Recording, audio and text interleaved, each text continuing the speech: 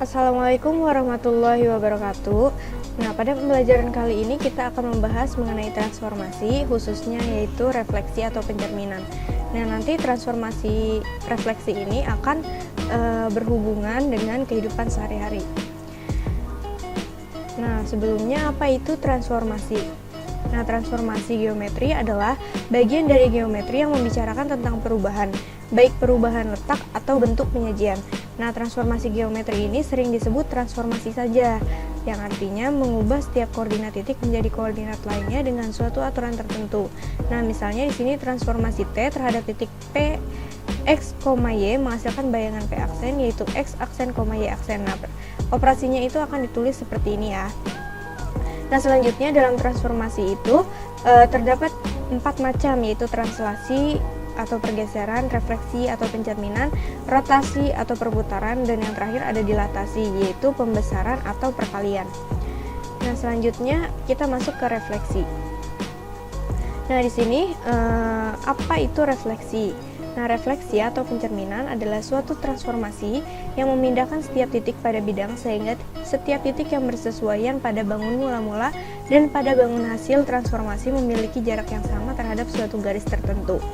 Nah, jadi jarak dari objek ke cermin itu akan sama dengan jarak dari cermin ke bayangan objek. Nah, itu yang dinamakan refleksi. Selanjutnya ada sifat-sifat refleksi. Nah, sifat-sifat refleksi di sini yang pertama adalah jarak antara titik asal dan bayangan terhadap sumbu pencerminan adalah sama. Yang kedua, garis hubung antara titik asal dan bayangan tegak lurus pada sumbu pencerminan. Yang ketiga, yaitu panjang, sudut, dan luas bangun bayangan sama dengan bangun mula-mula, sehingga refleksi merupakan transformasi kongruen. Dan yang terakhir adalah setiap titik pada sumbu pencerminan tidak berpindah.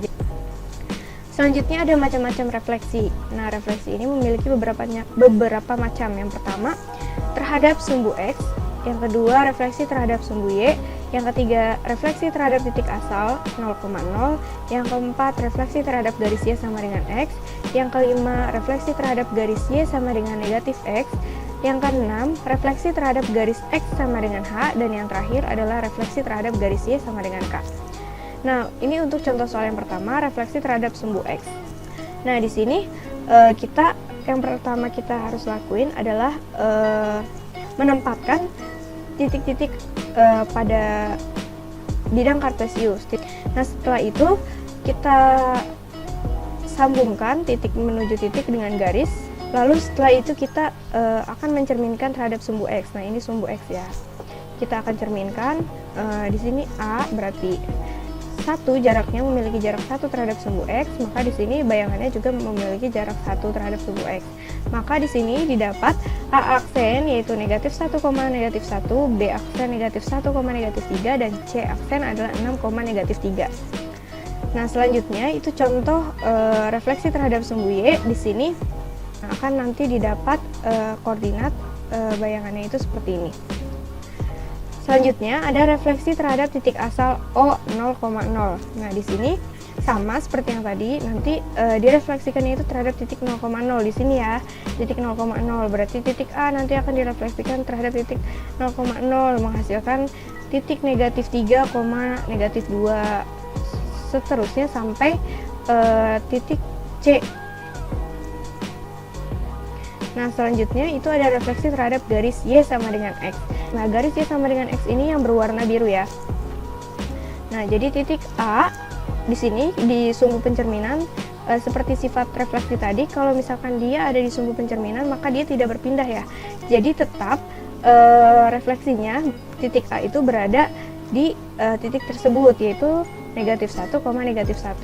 Selanjutnya yang lain, titik B, titik C, dan titik D dicerminkan dengan garis Y sama dengan X yang berwarna biru ini. Nah, selanjutnya itu ada refleksi terhadap garis Y sama dengan negatif X.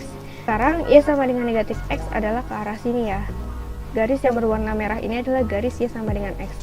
Nah, di sini titik A, maka refleksinya adalah titik A aksen, yaitu negatif 4, negatif 3. Selanjutnya refleksi terhadap garis X sama dengan H. Nah, H ini adalah kita isi dengan angka. Misalkan di sini adalah garis X sama dengan 2. 2 kan di sini. X sama dengan 2 di sini. Berarti kita buat garis X sama dengan 2 di sini, lalu kita masukkan titik pencerminannya dan kita cerminkan menghasilkan bayangan titik A. Di sini 3,5 dicerminkan jadinya 1,5.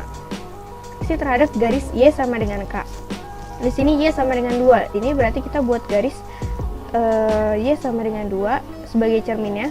Lalu kita masukkan titiknya A 3,5 dan kita cerminkan menghasilkan A aksen 3,-1. Contohnya menggunakan media GeoGebra ya. Di sini kita akan mencoba menggunakan media GeoGebra. Misalkan kita buat titik di sini. Lalu kita akan mencerminkan terhadap sumbu X, berarti reflect about line. Sumbu X karena yang ini berarti yang ini. Berarti titik refleksinya adalah A aksen. Selanjutnya misalkan kita ingin membuat segitiga. Sini kita buat segitiga. Lalu kita akan mencerminkan terhadap garis Y sama dengan X. Kita buat dulu garis Y sama dengan X seperti ini. Lalu kita cerminkan satu-satu terhadap garis ini, terus ini terhadap garis ini, dan ini terhadap garis ini. Nah, lalu kita buat segmen